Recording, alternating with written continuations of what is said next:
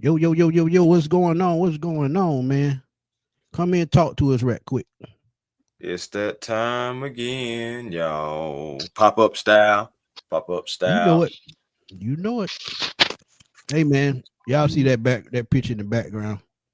We finna Michael, we Michael. finna talk about this, man. We had to wait till our boy Chris do his thing at work, man, and cause I've been sitting around waiting, and we got a special guest, and he ain't special to us. He talked to us just like he a brother, man, and y'all know him. Let's get it, GA. He in the Yes, building. Miss Yes, sir. Kara, Yes, sir. what's good, Miss what it Kara? Like she said, man, y'all hit do? that like button when y'all come in. And also, man, go to either one of our pages, A1 Forever, Let's Get It GA, or Smitty Sports Machine. Hype up them videos, man. Cause when y'all hype up them videos, y'all push them through the algorithm. Yep, and if you can't hype them, at least like them. Right. Comment too. Yes, Man, sir. that boy Chris be on the road. But y'all know what this about, man. Y'all know what this about, man. And this and the crazy thing about this, before I dropped that video early this morning, exactly 20 minutes later, the news about Michael Penix and that knee injury came out. This was the Yeah. tweet I used in my video, but 20 minutes later, they dropped again.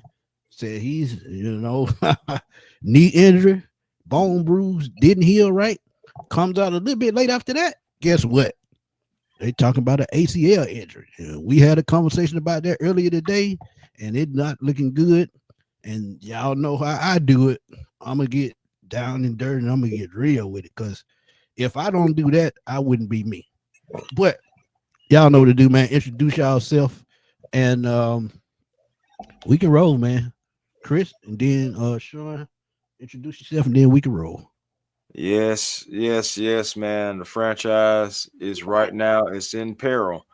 We're gonna have to figure out what's going on moving forward. I think the best thing to do is to wait. But first thing is, man, A1 Forever Sports, Chris Tipmore here, man. We're definitely gonna get into the franchise quarterback, man. At least that's what we were thinking that possibly is going on. And I still think that we're there, but we still have to wait for MRIs and everything like that. But it's tough. This is some tough news, Bone Right. bruise, but I still don't think he was healthy from the get go, though, guys. But Oh no, either no, way no, it no. goes, though, like we'll get into it, though. Sean, tell him what up. Hey, man. Y'all see it? Let's get it, GA. But I'm a person first. I'm Sean in real life, and yes, I do game, but I don't give a fuck about none of that shit right now. Um, it's a Uh, sad day. It's a very sad day, chat, to be associated with the Atlanta Falcons. It's just plain out sad, man. It's sad, but as but you know, Sean, we as 46-year-olds, we've seen much worse than this. But go ahead.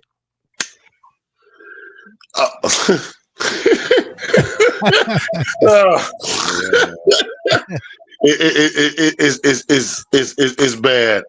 It's bad, fellas. It's really bad. It's unfortunate that Michael Penix is out. Pretty much for the rest of the season, and Yep. we right back to square one in the Yep. off season. We gonna have to. We're gonna be on the block again, trying to find another serviceable quarterback because at Yep. this point right now, Michael Penix is not going to even be ready to start the 2026 season. That's just the Spin the facts. block. Spin the block. That's what they It's call it. just the facts.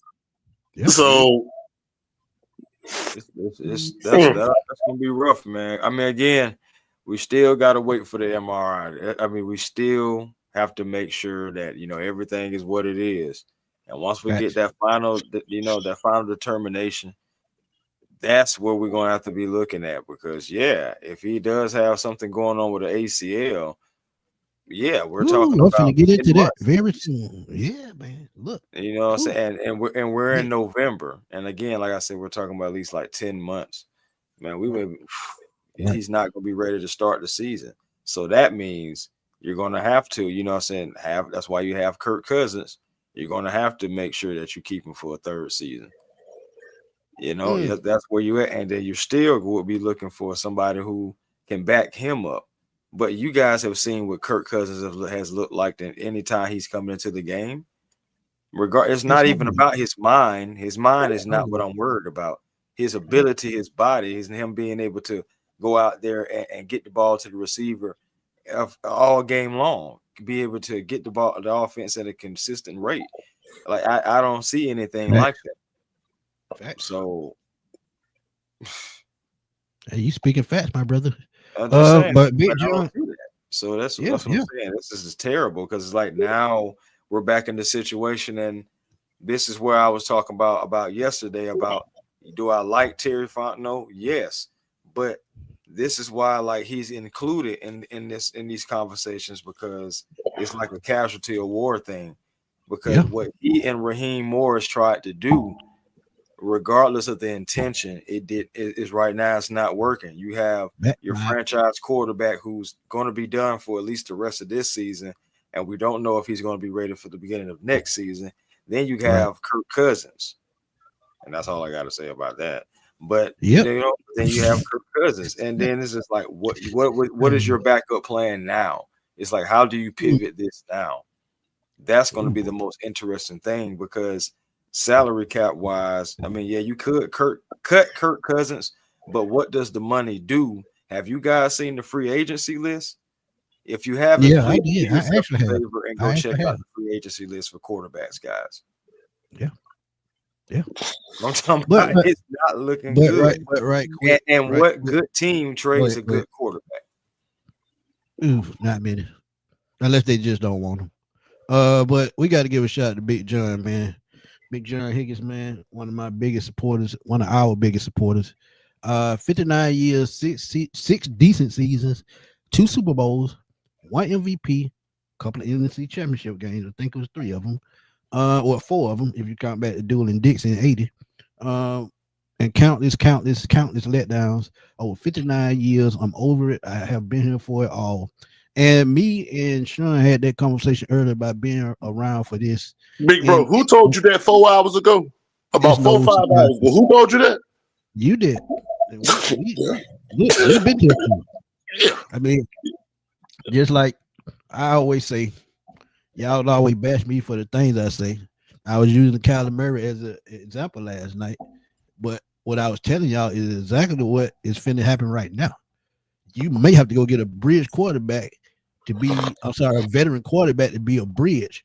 And you may have to take on another big contract to do that. Who knows? Depending on who wants to move on, from their starting quarterback and just start over. This is just an example. It's not who we're going to go after. But you look at Kyler Murray in Arizona, look at what Jacoby Brissett did yesterday, lets you know that they're wasting their time with Kyler Murray. He needs a fresh scenery. Tua Tagovailoa is another one. We know he may be one concussion away from his career being over, but at the same time, the Dolphins got to find a way to get off that contract. So this is what we are facing next year when it comes to possibly having to have another veteran quarterback, especially the way like Chris said, the way Kirk Cousins looking. We just really don't know where we are headed. And when we talk about that knee injury, and Chris talked about it a little bit, but I'm going to go a little bit deeper to it. If y'all see my video earlier, y'all know where I'm finna go. But Drew Down, thank you for that donation, my brother. Early Christmas present. Truly appreciate it. And I agree. You got to hold Mr. Black accountable at some point. But this is where I'm finna go with that knee injury. And if y'all tuned into my quick video early in 20 minutes, when news came out that he was probably going to be out the rest of the season. And this is where I'm finna go with it. And Sean, no one finna go because we talked about it. Yep. But when you talk about a significant injury, you talk about the NFL draft and doing, your homework on these players. The Atlanta Falcons knew exactly what they were getting into with Michael Penix. It was on his scouting report. He's had 2 ACL injuries. So that lets you know that it's a possibility that this could happen again. And for all y'all out there that was saying why he don't scramble, this is why he don't scramble, because in the back of his mind, he knew something could happen with his knee. I mean, he could get hit or he can run and it could be a non-contact injury. But those 2 ACL injuries, just think about this. And this is my opinion. This is not coming from a doctor. This is just how I see it. When you talk about 2 ACL injuries just like that, we don't know the structure was damaged. We don't know how severe the injuries were. We just know they happened. And 9 times out of 10, a bone bruise comes from not having ligaments in a certain spot to hold your knee stable. And guess what? When they start rubbing together, guess what? You get bone bruises and things of that nature. So we don't know how long this knee injury is going to last. Sean said earlier he might not be ready for the 2026 season. That could be true. But what if it's significant enough that he might not even play next season either? Because if you're talking about a year, and we at this point right now, and we with a veteran quarterback that's doing his thing, what's the point of breaking him back? Then I go deeper than that. Y'all want a head coach change? Y'all want change in the front office? Terry Fontenot, Raheem Morris. What if they blew it all up in the front office, bringing a new coach, bringing a new GM? Michael Penix might not even be part of the plans. So he could possibly be done play his last down as an Atlanta Falcon. Just think about that. That's the whole thing that we be talking about, bringing in somebody new, though, Smitty. I mean, regardless, when you don't draft those people, a new regime could come in and want their own people. So, like you just said, Michael Penix could have played his last down if the new regime or a new coach and OC comes in and be like, well, we want somebody different or want to roll with somebody different. Those are all possibilities. And it's tough, man. Again, I go back to what I just said before, and I build off of that point, bro. Like, because again, this was the plan for Terry Fontenot and Raheem Morris. They went with Kirk Cousins, paid him the money for him to come through. Then you also get Michael Penix. You tried to work out this plan. We already know how we was going to try to have this guy groom this guy to groom that guy so this guy can be ready. Ultimately, everything backfired. Everything blew up. And now we're having our potentially franchise quarterback not only out for this year, but we don't know exactly when he'll be ready. And you don't have any backup plans. You know, you're going to have experience with Kurt, but the performance is just not going to be there. So I feel like you're going to have to lean on that run game even more. You're going to have to. Even though their team know that it's coming, it's like at this point, it doesn't even matter. What does it matter? I'll go a little bit deeper than that, Chris.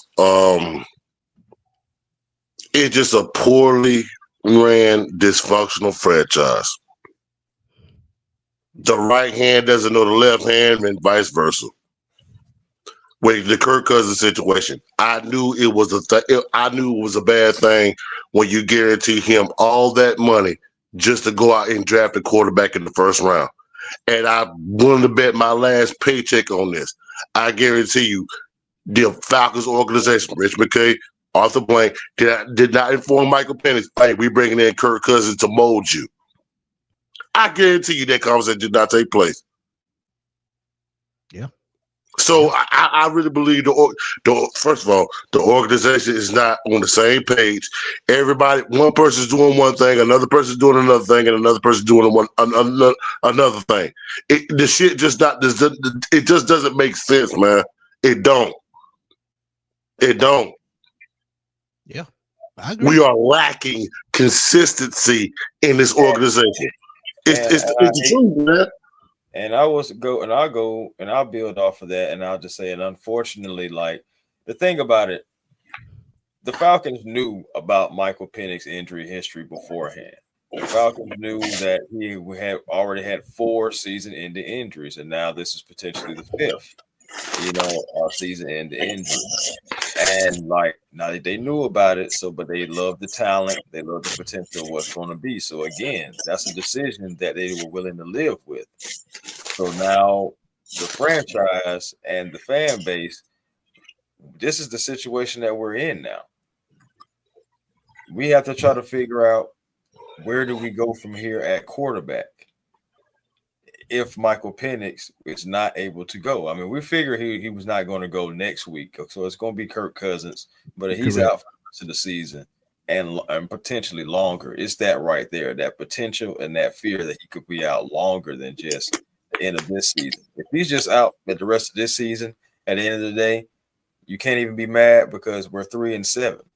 So the only thing you hate is the fact that he won't be gaining reps, but hopefully he'll be going out and trying to work on himself in the off season. But at the end of the day, fam, like I'm just hoping it's not worse than that. But I just Right. know how these things go, and normally, you know, it's tend to be longer. I'm just hoping it's not going to be longer than that Yeah. because And, that Moody, for we the franchise. Moody, we got to get a healthy quarterback. I don't care if he's a veteran. I don't care if he's a young guy, but he's got to be a healthy quarterback, and that's the key thing.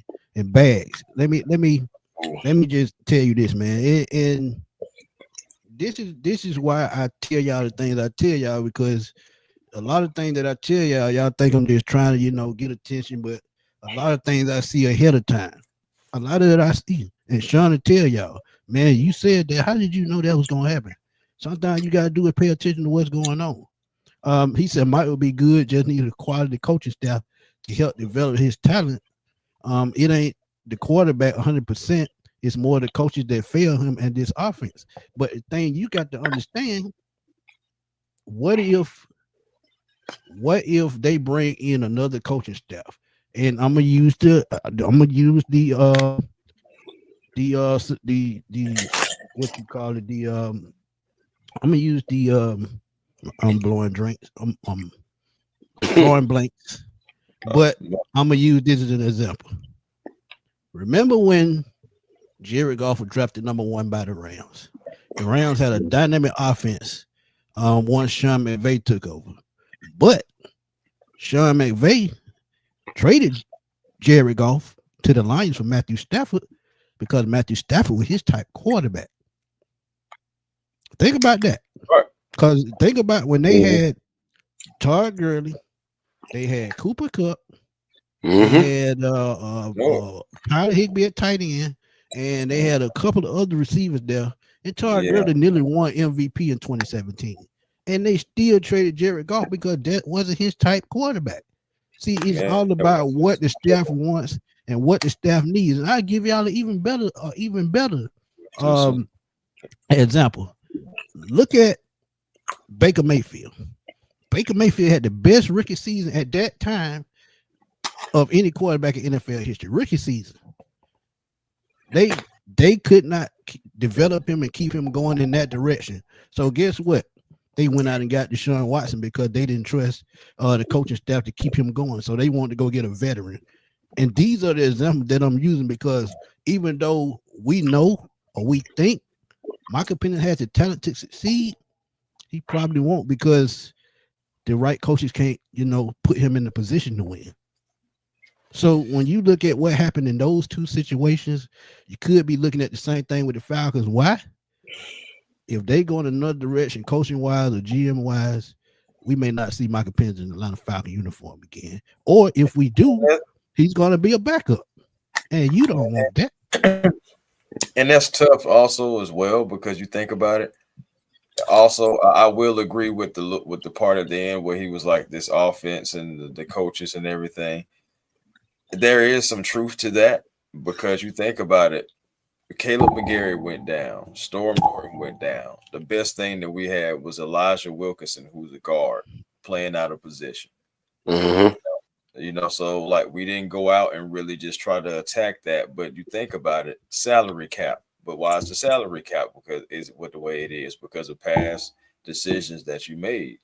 So it's like at the end of the day, we didn't make any kind of trades. We didn't try to do anything like significant. And the offensive line was coming into the season already beat up for your first year quarterback. Thanks. And it didn't get necessarily any better because, boom, you lose Matthew Bergeron, who quietly took a step back, I believe, but at the same time, still solid. Jake Matthews, Jake is really the Iron Man out there, Chris Lindstrom. And then, it's at one point in time, you got Kyle Hinton out there. Regardless, it's just the continuity of the offensive line has just been off all year long. And Michael Penix got to run with it. Right. How did Michael Penix get hurt? Both times. Well, the offensive line let him down. Free runners, guys coming off, nobody blocking for it. Just the offense, that's coaching, but that's also players. And there's a reason why guys are backups. Guys are backups for a reason. And if you have a guy who's a primetime player or somebody who's significant who can be a game wrecker, they're going to figure out a way because that's their job to figure out a way to beat the backup. And when that happens, Right. your starters suffer. Facts, super facts. But Vontae Neal, thank you for the donation, my brother. Thank you for the Christmas gift. Hold on, Sean, I got you. That's a good question, and we're gonna feed off that question, but I want to answer this one first. Shout out to Felix, man. Shout out to Felix. Felix C316. Let me tell you, let me just put it like this. And that's your opinion, and I get it. But when you start looking at the future, you start looking at what you're going to bring in as far as coaching, what you're going to bring in as far as front office staff, and with those kind of movements, you got to have a building block. You got to have a building block. And I know Bijan probably the best player on the team right now. But when it comes to building block, are you going to build around a third-year running back who's taking a lot of hits already, and he's still gonna have the talent? But are you gonna build around those two edges who seem like they work well together, and all you got to do is keep giving them talent up front on the front seven for them to be successful? Just answer that. Who would you rather build around? Defense, offense. Defense, offense. Because we know running back is one of those positions you can replenish, because Tyler Algier ran for 1,000 yards before Bijan got here. But when you talk about getting to the quarterback, we waited over a decade since John Abraham left to get that. So now that you have that, you can't waste that. Yeah, Bijan is one of a generation of talent. I get it. And I'm not saying that they're going to trade him. I'm just saying as far as building blocks, you're going to build around their defense, correct? Something that you ain't had before this year. Think about that. That's all I want you to think about, Felix. That's all. Defense. But let's get back to this question right quick. I got one. It said, but what quality coach is going to want this job? Sean, I want you to give an idea of a coach that they need.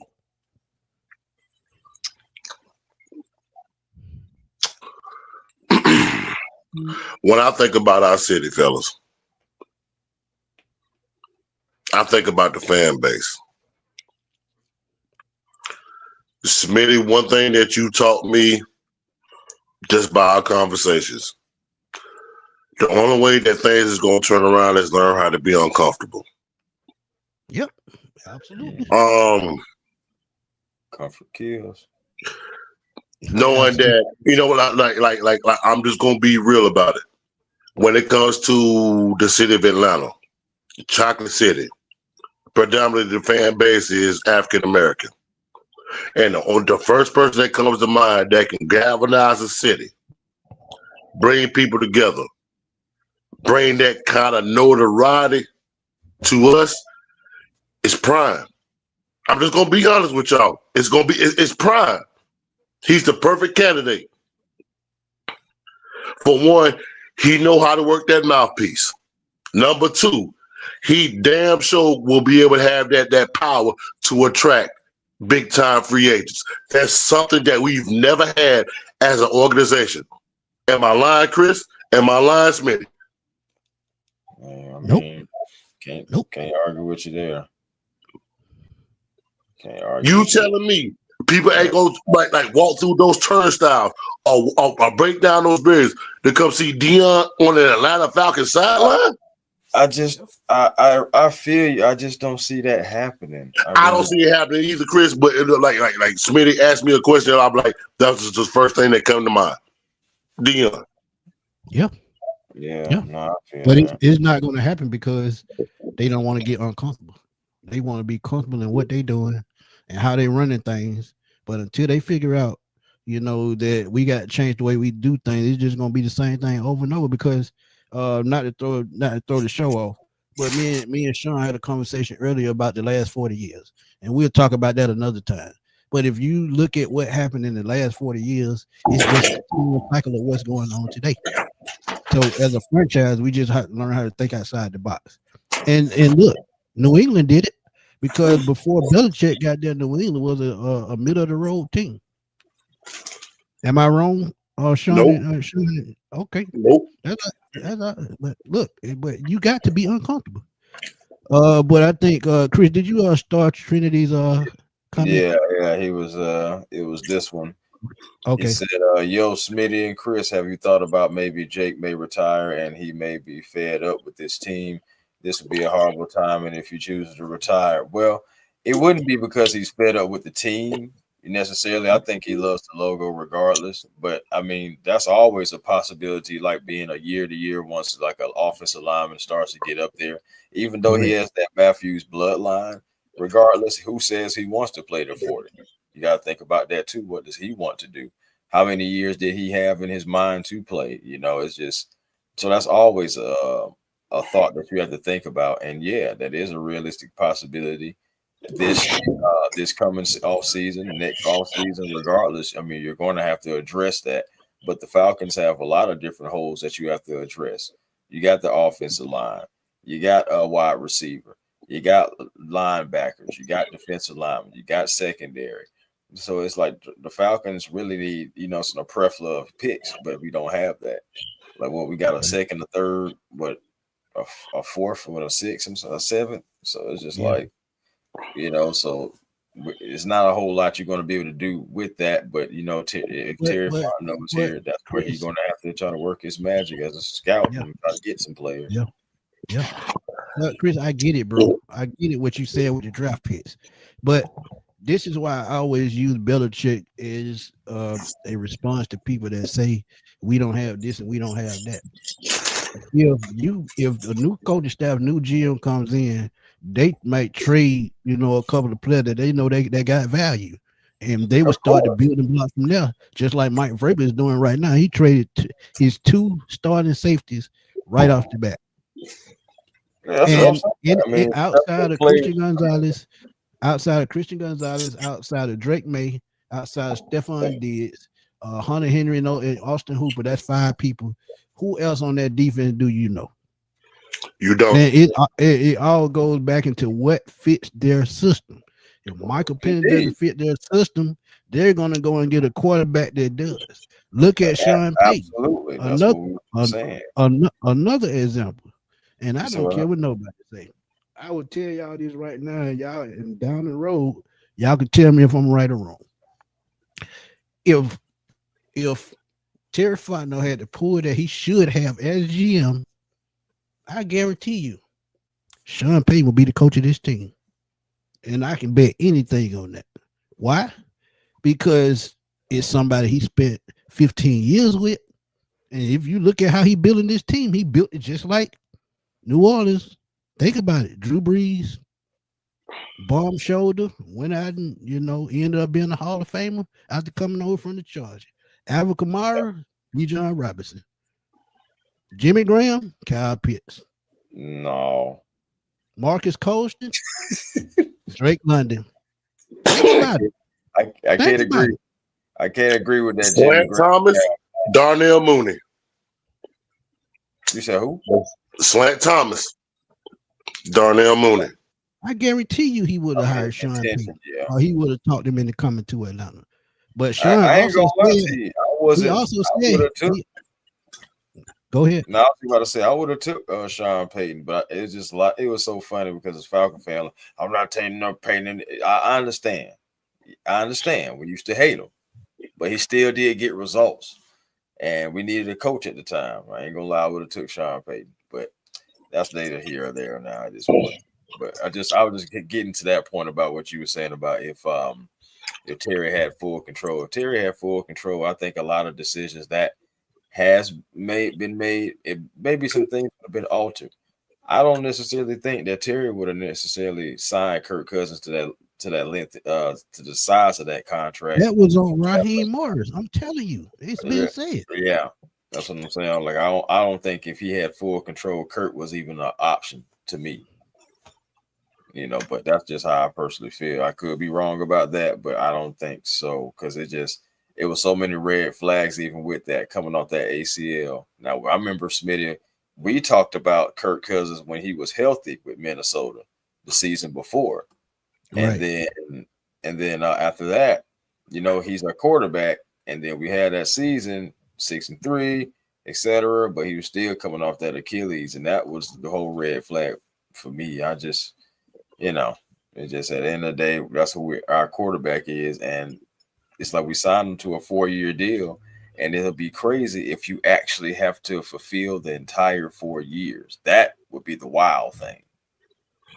Yeah. Well, we ain't got nobody. We ain't got nobody to blame but ourselves. You see what happened, Sean? No, I was just saying that we ain't got nobody to blame but ourselves. Absolutely. We knew exactly what we was getting into. That's just the truth, fellas. It's just the truth. Right. Yeah. And then they did themselves a disservice. They called themselves doing the homework on the kid, but you had to know in the back of your mind this could happen. So you had to have a backup. That's what I said. Oh gosh. Yeah. Yeah, that's what bro. you I said. I had a conversation earlier. And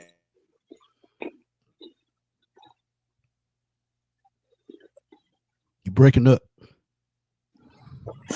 Say Chris froze out again.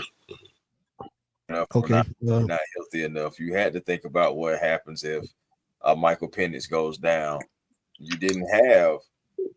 He said we don't deal with the devil. He said, but you got it. But you have like a plan in place, and it just like none of your plans work. And you're in a league where winning is essential. And I'm sorry, like we're just not winning. We're 11-16 under Ryan. Repeat that again, Chris. Huh? Repeat that last part again. What about not winning? We're in a league. Winning is essential. Exactly. What is Sean Payton doing right now for y'all in the chat is talking that? You know what? He's winning. What is he doing right now? He's winning. What are you doing right now? Winning. Mm-hmm. And he just lost his running back. But he got a backup. And the running back and the quarterback that he had when he got there, both of them gone. Yep. Because he knows what he wants to build. And the front office is let him do his thing. What's wrong with that? Can I say something, Chris, and Smitty, if y'all don't mind? Go ahead. I just wanted to comment on what Mikey just said. What is it that you want? I'll be the first one to tell you. I can't stand Sean Payton. I think that's an arrogant motherfucker. Yeah. But when you cut and what $80+ million or what Denver was given at the time to Russell Wilson for him to come and say fuck that. Take your ass on. We'll take this lump, and I'm gonna build I'm gonna build it the way I want to build it. And then right now we all seeing the results. I got much respect for that, bro. Much respect for that. Yeah. You told Russell, get the hell on. Yep. We're gonna eat this. We're gonna eat this cap hit. We'll take it. Yep. Sometimes now everybody's seeing what's happening right now. It may not be pretty. Like Chris always said, it's not pretty. They boring to watch. But at the end all be all, the National Football League is a result-based business. It's about winning. Yeah. Winning. They lead the league in sacks right now. Damn near got 60 already. If they don't hit 60. And they still have the season damn go. But Steve G, I appreciate the donation, my brother. As I say, early Christmas gift. I appreciate it. But he says trade Drake, Bijan, and Penix.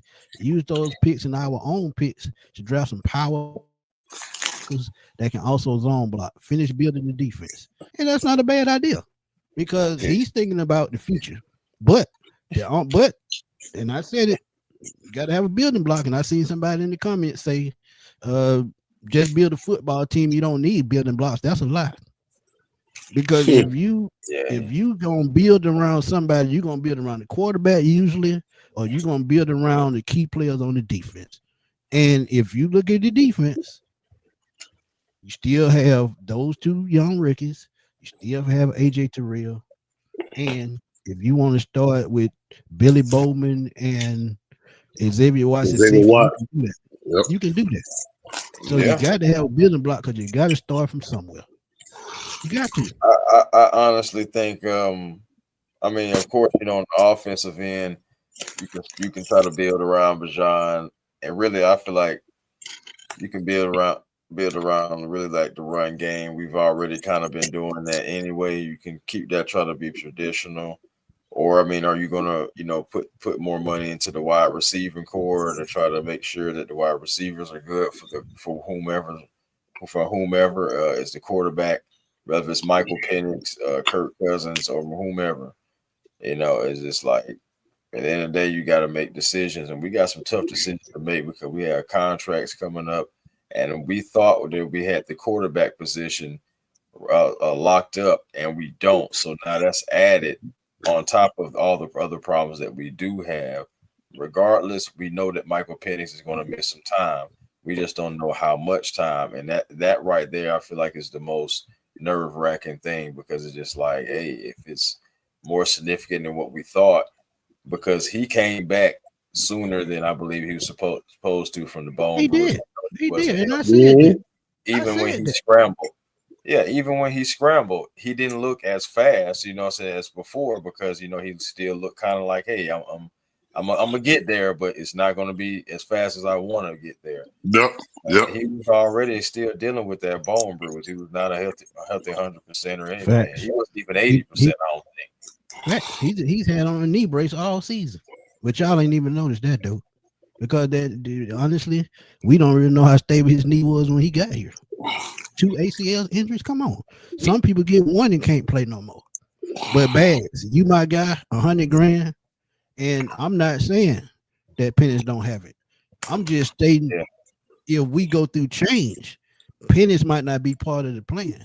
But on the other hand, you got to look at it as are the front office guys going to hire somebody that's going to want to go in another direction. 9 times out of 10, they're going to hire somebody and force them to coach Penix because their ego won't let them allow them to feel they made a mistake.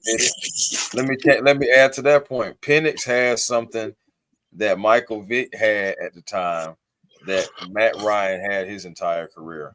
The owner, if Arthur Blank is really like feeling you as the quarterback position, and he chose Michael Penix, he said, "Hey, like the reports are, he wanted Michael Penix. He was awed by what So they went out there, flew out there, seen the workout. He was sold. He wanted Michael Penix. So that is a valid point that they may not even bring anyone in, which again would go back into being comfortable.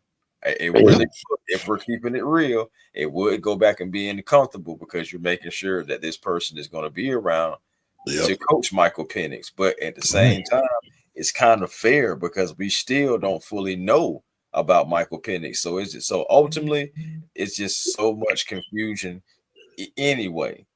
That's the whole point. Because you may miss out on a good coach because the good coach may say, well, I want to come in and pick my own quarterback. Well, no, we want you to coach Michael Penix. But at the same time, we do need to still see what Michael Penix is. He still is somewhat of a mystery because this offensive line, some of the skilled players aren't, and even some of his own faults, not, ball pace placement, not seeing all your progressions, intentional grounding, et cetera, like it's all together as a collaboration, and we still don't even know. He's still somewhat of a mystery. It's just all in flux, man. It's just functional. And think about this too, and this is why Matt LaFleur's name came up, and we saw it on 680 The Fan. A guy got the tip, and he said that he got a tip that Matt LaFleur would love to coach in Atlanta. But what is that? That's another not a retread, but that's another comfortable move. And don't get me wrong, 72, 36, and 1 is nothing to sniff at because in the NFL it's about winning. Yes, and look what he had to deal with a veteran diva quarterback in Aaron Rodgers, and he got past that and kept winning games. Go over to Jordan Love, who the first 2 years people were calling him a bust, but the last 2 years, at the last part of the season, the last 2 years, he's the best quarterback in the league. I don't know what's going on this year. He's taking 2 steps back. So when you talk about being comfortable, 9 times out of 10, Matt LaFleur is going to be the coach if he leads Green Bay because what he's comfortable with. And not only that, we know for sure that he can develop a quarterback. And what's going on in Green Bay, maybe his message is getting a little stale. Maybe he needs a change of scenery. But at the end of the day, it's going to be something that Michael Penix needs. And this is why. If Raheem comes back, or if they fire him, it's gonna be somebody that we know. Because it's the same with the Braves. And before Anzi Soleil got with the Hawks, it was the same with the Hawks. Yep. No lies to take. I'll take it. I'll take it a step further, Smitty. You said retrans. We had this conversation earlier. Yep. We brought back Raheem.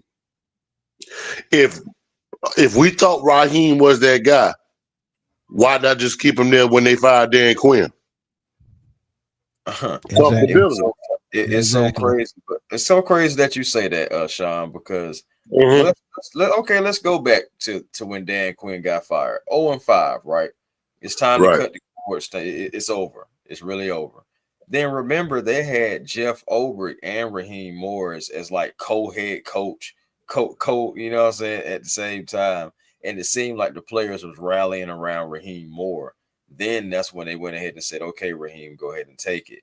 But we still was unsuccessful. Like, we didn't win games. Like, we may won the pregame, may have won the post-game locker room, but we didn't win the games on the field, regardless. You know, and so you don't bring him back. Then you go in a different direction just to only bring him back. I just felt like that was already backwards anyway.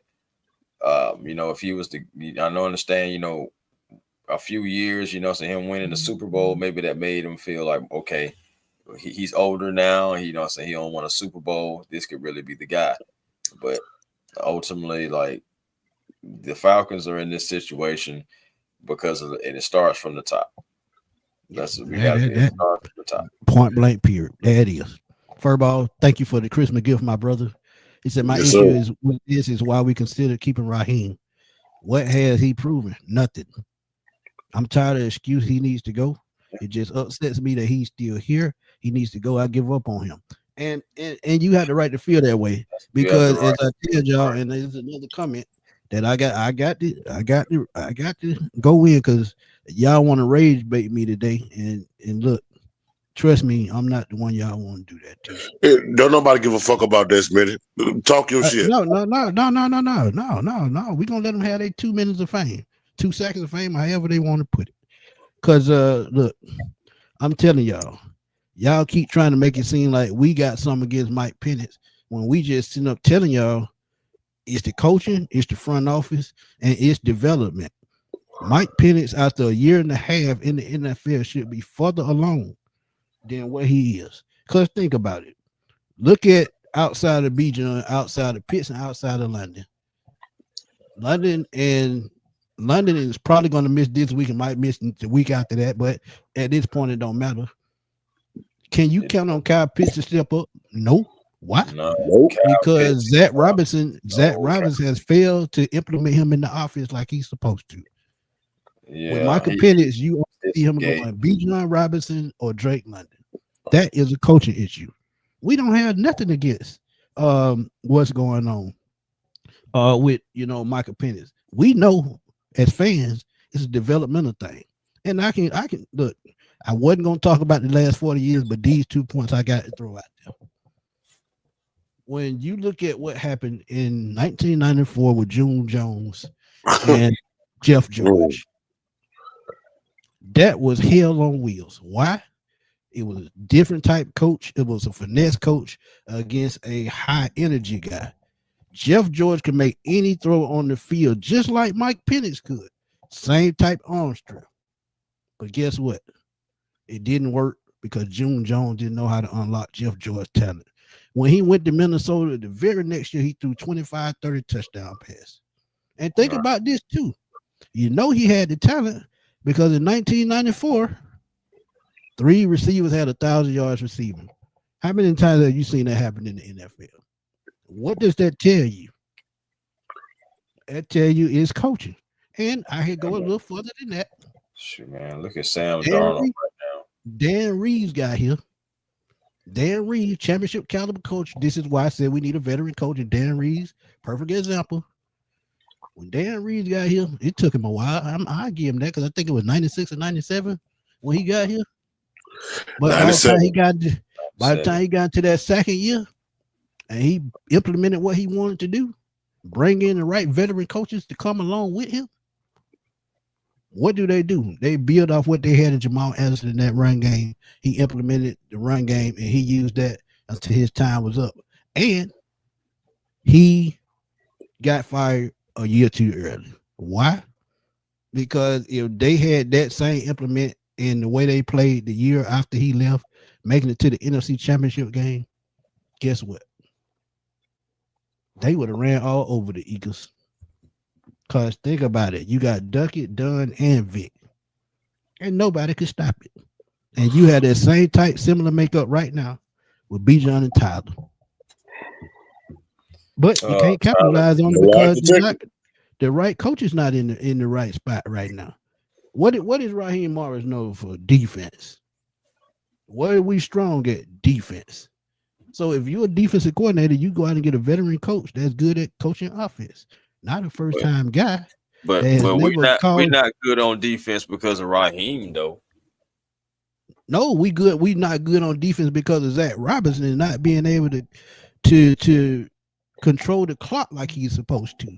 The defense is worn down at this point. Think about it. Exactly. The last two games, they definitely are. The last two games, down. It doesn't matter what guys be on the field. 40 minutes for anybody, man. You're that's where I was going. Think about it. Last week, Jonathan Taylor, 246 yards, 244, 246, or whatever it was. Then the very next week, you let a bum like Bryce Young go throw for damn near 500 yards.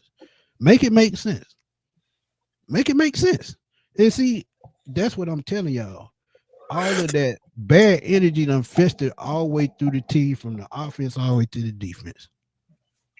Well, the driving home further, Smitty and Chris, we was up 2 scores at halftime yesterday, correct? 21-10, right? Right. Am I delusional in saying that? No, we was up 21-10. 21-10. Mm-hmm. We mustered only 6 points the rest of the game. Indeed. That speaks volumes to me. That look like the old Falcons, the team that we tan it up in the first half, and then the second half just fall off. The same shit happened. We beat Buffalo. Yeah. We did that. We was up 2 scores on them too. Yep. And we barely escaped that game. But we haven't had that conversation.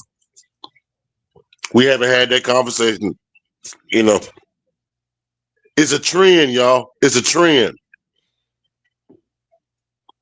Well, yeah. And it's sad. Pitiful play call in the clutch. Think about it. We lost the same way the last 2 weeks on defense. 3rd and 21. You've been getting to him all game. But when it counts, you drop back in the prevent defense. Make sense. It's the situational stuff, man. We just yesterday, again, like I said yesterday, bro. Go ahead. We have to just face it. We do not win the game within the game. We do not, man. The little small things, the small details. Yeah, we may not have crazy penalties a game, but there's other ways that you can lose the game. Special teams, field position, time of possession. Situational play calling, decisions, calling the timeout to preserve time so you possibly can get more points or at least have the opportunity. You need oppos. Yeah. That's what the game is about. The more oppos you have on offense to score, the better. The more your defense is on the sideline resting up, the more that they can start going after other guys on the opposing side. But we're not doing that for our defense. Our defense has been good, but just imagine how they would be if, let's say they was on the field, let's say just 10 minutes less. Let's say if it was 30 minutes per game instead of the 37 minutes. Oh, man. They've in the last 2 weeks, that defense has been on the field over 77 minutes, nearly 68 minutes. That boy, he would be on it. They Sean Brooks should be working that boat. He had a bad game. He did. But like I said, I'm finna get this person. They got them 2 minutes of fame. Y'all want to say, and look, y'all been following me. Y'all know where I'm going with this. Sean know where I'm going with this. If you telling me that we mad because Kirk Cousins is white, you done lost your mind. Huh? Listen. I'm finna give y'all 2 seconds of fame. Oh man. man. Come on, man. And I'm gonna say it like this, and I'm gonna mean this in the Yo. nicest way possible because I'm gonna stay legit to who Yeah, I am. man. Let's try to. What did I tell y'all? If y'all been following me, what did I tell y'all at 6-3 last year when we went into New Orleans? We went into New Orleans and they lost 7 straight games. What did I tell y'all? If we lose that game, he gonna lose the team. And they haven't recovered. They 5-13 since. Think about that. Man, bro, we 5-13. Bro, we were 11-16 under Raheem again. 5-13 though after a 6-3 start. Think about that. And the messed up part is the same similar situation happened this year. We lost to a Miami team that only had one win. Not only did we lose, we got blown out. When I saw that, just like every one of you Falcons fans that saw that, I was realist. I was saying, Smitty, I told you this. Chris, I told you this. It's over with. The season is over with. Yep. It's over. The same trend is happening again this year. And I'm willing to have the conversation, Falcon fans. Tell me where I'm wrong at. Yeah. And it's the simple things, man. It's the simple things. We talk about Michael Penix footwork. That was on his scouting report that he needed to work on that. Has he worked on that the last 18 months? I think not. Because if he had, he would be a little bit further than that. And that lets me know what the hell is TJ Yates doing. You fire Ike Hilliard, but at the same time, you put TJ Yates up to coach a wide receiver when he can't even help you with Michael Penix. And he's a former NFL quarterback. This is the function that we talking about. Man, this is just all bad, fam. And my thing. And how many blowouts have we had under Raheem Morris? So just overall, we can go all the way back to him as an interim coach because I remember getting blown out by Tampa, I believe, like the end of the season or something like that. Yeah. Yep. So it's like you got that, but even if you fast forward, you got the 30-0 to the Panthers. That right there was just a German suplex, sent through the floor. And then next thing you know, to 1-6, Dolphins come in and beat you 34-10. And the crazier thing about both of those situations, both of those teams go on a run after beating you. They were 0-2. Facts. They frogged us, and they're now 6-5. You look at the Dolphins; they've won their last 3 out of 4. Yeah, but I take it a step further than that. You look at the New York Jets, 0-7. Oh gosh. Cincinnati Bengals. Yeah, they got a backup quarterback. But have you seen the New York Jets give up and they just traded away they 2 best players on the team in Quentin Williams and Sauce Gardner? But what have they given up? No. Because they coach gonna make sure they stay prepared every single game. Their coach has a vision. The organization has a vision. Exactly. We talking about the Jets now. The Jets. And bankroll flipper. We gonna lose to the Jets. Oh yeah. I'm so nervous about that Jets game. That is so wild. Like even though Justin Fields is not the quarterback, I know they're going to roll with Tyrod Taylor, but regardless, I'm telling y'all, man, them Jets are going to play us tough. Shoot, it's going to be tough this coming Sunday because we're not going to have Michael Penix. It's going to be Kirk Cousins. Then we're not going to have Drake London. So Darnell Mooney's your number 1. Okay. Kyle Pitts is going to be out there, but who's to say that Zach is going to include this man in the offense as he should? Now, we know that he should, but we still got to wait until Sunday to see what happens.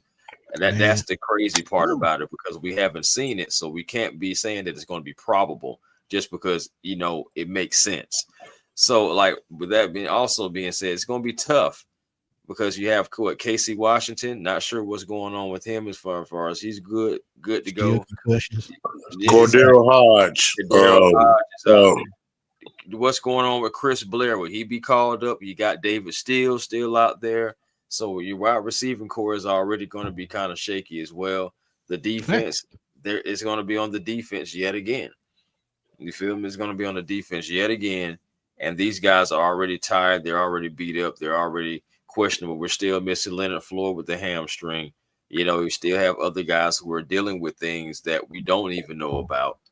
You know, so again, like guys got to get back acclimated. Yes, Divine Diablo is supposed to return back to practice this week, but there's no But guarantee why? he's playing. But why?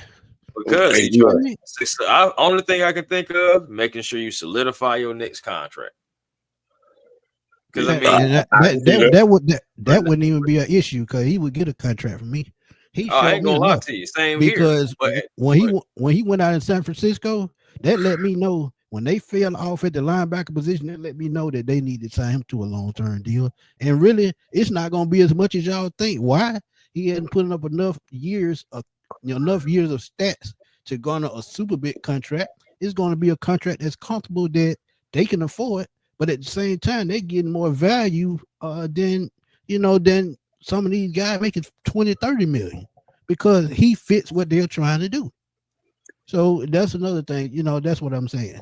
When you got a coach in place, you just don't know what he's going to do. If it's working right now, if they hire somebody else, Divine Diablo not coming back. Trust me. Because it's going to be something totally different. This is what we telling y'all. Everything comes back to that. Everything comes back to that. And when you talk about these wide receivers and going into this game, Zach Robinson can't even make a call on the payphone right now. His play call is so bad. And that's a bad sign. If he gets another job in the NFL as an offensive coordinator, that lets you know it's the good old boys network. And I hate to say that because that's not my style. Because you got guys like Terrell Austin, Pep Hamilton, who still haven't got a damn chance in the NFL, and they damn good coaches. And Zach Robinson wasting his chance because of his damn ego. And won't just tell nobody he don't know what the hell he doing. He need help. But he ain't got nobody on the staff to help him. Even though Raheem Morris lied and said they had 10 to 12 coaches on the staff that have worked with a quarterback and Michael Penix looking like this. I can go on and on. But I'm out of breath. Y'all take it away. Yeah, we can't go on and on like serious because I mean there are so many different polls and problems going on with this team, man. And like my thing is, you hate to just continue to jump on your team, but yeah, man. But it's so hard to still talk about this team. But I mean, what I'm just trying to figure out what direction because every time I try to wrap my head logically about which direction you can go, it just makes your head hurt because you have every direction you try to turn. It's like, well, no, you can't do that because of this, that, and the third that you previously done. So Absolutely. now it's like, and I don't want to say blow it all up. You know, I said I'm not on that train about blowing everything up, but you do have to make some tweaks because if you blow it up, it's the blowing it up is having so many different consequences that's just so unpredictable. Some of your favorite players could be moving on because the team is going through dare I say it, rebuilding because they have to rebuild the structure, rebuild the foundation because the foundation is weak. You know, like so. Again, I hate to say it, but yes, you can have somebody come in here, want a different quarterback, want a different running back, but right now, in the current situation, with the rest of this season that is left, y'all. I'm sticking to what I said yesterday about this needs to be a full evaluation of your entire team. It's starting with the coaches and with the players. Who's going to be disengaged? Is there anybody that's going to be seeming like they're just showing up for the paycheck? Like you got to start figuring out who's going to be here next year as a full evaluation all the way down and across the board. And you're going to have to figure out like if you can get things on working. Coaches are going to have to coach. We're going to see if coaches can really coach or not now because you're not having some of your best players there on both ends of the field. You know, I'm excuse me, on both sides of the ball. You got to figure out the rest of this season what can you pull off? What can you pull from this that could be a glimmer of hope leading into next season that things could turn around regardless of who's here and who's not? I'm just talking about as an organization. Yep. Well, I'll answer that for you, Tip. There is no hope. And I'm not saying that because of what has transpired the last 3, 4, 5 years. This has been an ongoing trend since the Atlanta Falcons came into existence. Look at the total history. What evidence do we have as an organization where it's sustainability when it comes to winning? There is none. Yeah, we've had a couple of playoff appearances. That's cool and all. But where is the stability at? There has been none. There has been none. Yeah. In the history of our franchise, you look at all the coaches that we really came across. The Jerry Glanvilles of the world. The Jim Joneses of the world. I said Jim Jones. June Jones of the world. Yeah. I said Jim Jones. The June Jones of the world after him. Then it was the Jim Moore era. Then it was the Mike Smith era. There was the Dan Quinn era. Now we're in the Raheem era. What has changed? Nothing. Nothing. Yep. Every time it's like, damn, what the hell do we have to be excited about? Right. Nothing. Philly May Icon, you my guy. 100 grand. Thank you for tuning into the show. But you haven't been watching me long enough because how I roast Mike Hughes, how I roast. Right. You definitely haven't been watching. He got center blocks for feet. I can go on and on. Kyle Pitts giving up on route plays. I can go on and on. I hold GM coaches just like Boom said. I hold GM coaches, players, everybody accountable. This is why a lot of people can't watch me because I tell the cold hard truth. I've been doing it ever since I've been on YouTube, and I ain't gonna stop. I'm not gonna give y'all something that y'all can be wishing on. Oh, I do that when I say we should go after this player because I feel like that player could fit. But when it comes to y'all wanted me to tell y'all something just because we just seen them throw a game away, that's not me. You know what? I'll go there. Let me ask you a question, Philly. How much do you personally put onus on the players versus the coaches? Give us a percentage. I would really like to know that. He said, I'm definitely new 100%. And that lets you know right there. Yeah. And we not roasting you. We just letting you know. No, not at all. We hold everybody accountable around here. No. Everybody. Yeah. How long have I been saying Raheem the problem? How long? How long have I been saying Pat Robertson the problem? What did I say at the beginning? What did I say at the beginning? When you get to a team like this with all this talent and a new quarterback, you don't hire a first year coordinator on either side of the damn ball. That's where the problem started at. That's where the problem started at. The problem started before that. The problem started with the fact that the ownership and so everybody in the front office decided just to remain comfortable. You should have went in and got somebody who could have came in here and possibly changed some things up.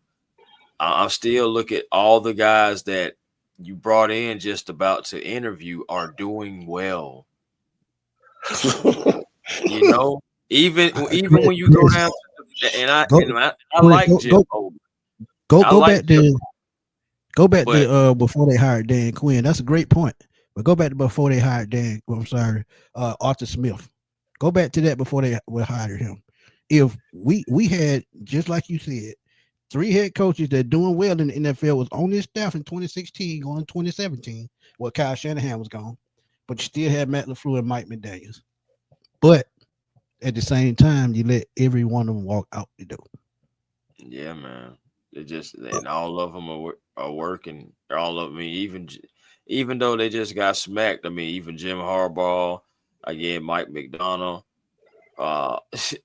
Goodness, I know even all Joe Brady. Guys. Yeah, I know we did beat the Bills, but you still try to interview Joe Brady, and the Bills, they're starting to try to ascend again. They're having an off year, but they still have a better record than us.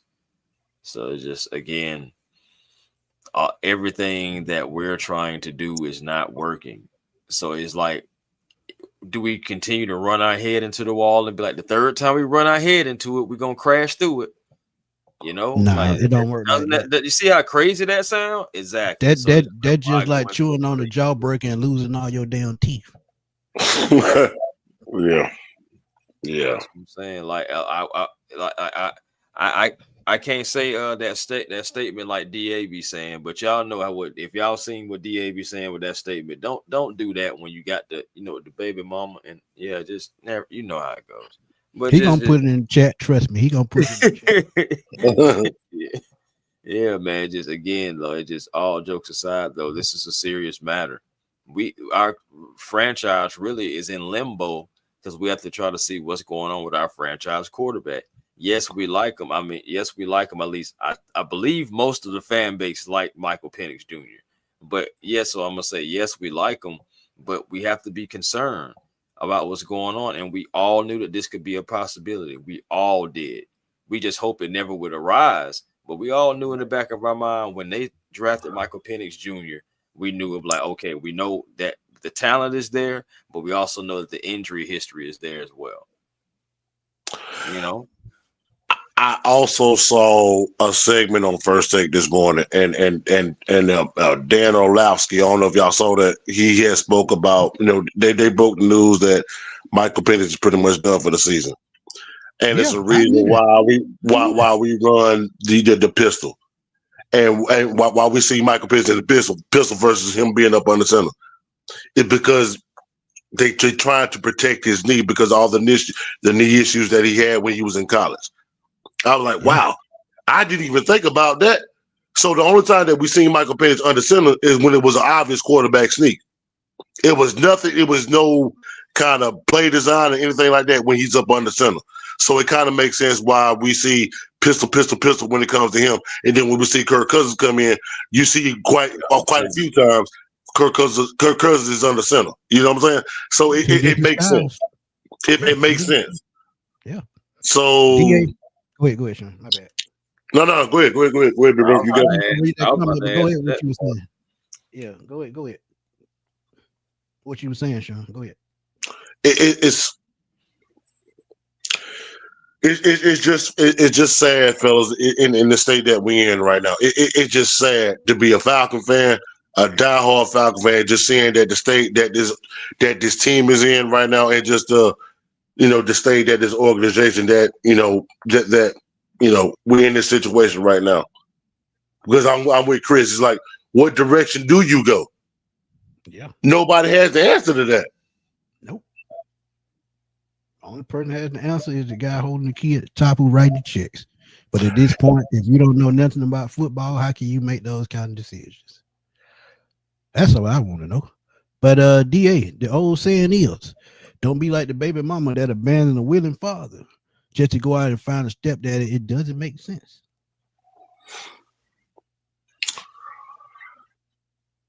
Yeah, dog. That's what I'm saying. You can't. You got to make sense. And right now, we're not making full sense, fellas. And the way, and again, it's hard to make sense of it.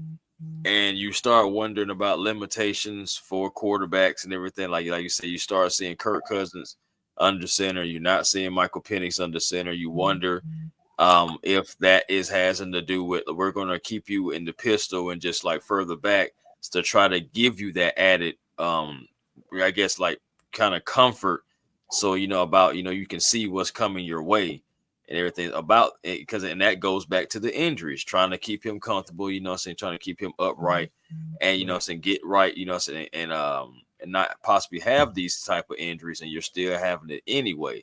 But why are you having it? I go back again to the offensive line. The offensive lines came into the season already beat up regardless. So you got to think about that too. Yeah, we thought we was going to have Caleb McGarry. Caleb McGarry goes down. Oh gosh, now we got to change the game plan a little bit because we know. And then, and the crazy part, why you got to change the game plan, because you knew already that Storm Norton had that surgery, but you didn't bring it to the light until Caleb McGarry went down, because you thought Caleb was going to be fine. Oh gosh, now Caleb's going down. What do you mean Storm Norton had surgery? We thought, what are you talking about? So it's just one thing after another, and it's just little bit after little bit after little bit after little bit, and it's just like it's so hard to envision people keeping jobs because like you just haven't been able. Like you've tried, but at the end of the day, good intention is nothing without good action. That's just a reality that we just have to we have to just chin up about. You got to chin up on that one, because that's just the facts. I don't. It's not about being fair. It's just life. We're underperforming. We're not winning in a business to where winning is essential. Right, and the problem that we've been had as a franchise for God knows how long is learning to adjust to what's going on in the NFL. The NFL constantly changes. But as an organization, we fail to catch up with the times. The thing that we're doing, the thing that we did that Super Bowl season was the last Super Bowl season was we finally caught up with the times. We finally got a decent defense. We got an offense that could put up 35, 40 points a damn game. So, look, if you don't catch up with the times, guess what? The time going to pass you by and you're going to still be behind. But DA want to come in right quick and speak. And after he speak, we're going to go about 5 more minutes and we're going to wrap it up. DA, what's up, my guy? Man, what's going on with y'all guys, man? What's going on, DA? What's happening, my brother? Not much, man. We had a bad end to the season, Smitty. Man, we went up there, man. Them boy called 4 touchdowns back on us, man. Wow. Come on. Yeah, man. Let's just say it was a no blacks allowed area. And y'all know I ain't want to complain about the referee, but man, this refereeing in GHSA getting real bad, man. There's a lot of stuff going on, but we ain't gonna dwell on that. They won the game. Best of luck to those guys the rest of the way, man. But the fact that we even here talking about this same thing last year, same thing this year from the past 9 years going back to the Super Bowl. You got to go back to what Grady Jarrett said last year, man. Same shit. Different year. You know, and the fact that I'm at now, looking at the situation, man, this season had so much promise, and we finally have a sustainable defense. We talking about decades of Falcon football, from having, Hall of Fame guys that should be in the Falcons Ring of Honor. Like y'all guys were talking to Abraham about how they snipping Abraham. Oh, he'll be on next week, boom. He'll be on next week. We're going to talk about it. Oh, I want to be a part of that. I want to be a part of that. And the season over now, so I'm going to be back on more. Y'all know when the season going, I ain't really on like that. But anybody in the chat, man, talking about these guys, man, one thing, I've been following these guys for a long time now, man. You talking about these guys cover every inch of Falcons football, Hawks, Braves, you name it, Georgia Bulldogs. The fact of the matter is, when we sit up here and we talk about coaches, and these guys know, the coaches make the biggest impact on these guys, right? I mean, you just look at the situation, man. These guys have mentally checked out now from a coach perspective. You expect your guys to go out and play. But at the end of the day, we talking about professional athletes that have the luxury, and with the talent that we have, those guys can go to any other team and be a starter, but they're here. So I think the point that the fella's trying to make, man, we're in danger of losing what we've built because of how the organization is being ran, man. And Thank you. We're here again. They probably not gonna make the playoffs, man. And there's other things I think regarding that aspect. But it's a long shot for them to make it, man. Because like Smitty said, I don't think they beat the Jets because Justin Fields with Pittsburgh, Justin Fields with Chicago. I mean, Justin Fields always has a day against the Atlanta Falcons. Like whatever he's not, he becomes when he plays the Atlanta Falcons. And we still got Kyler Murray.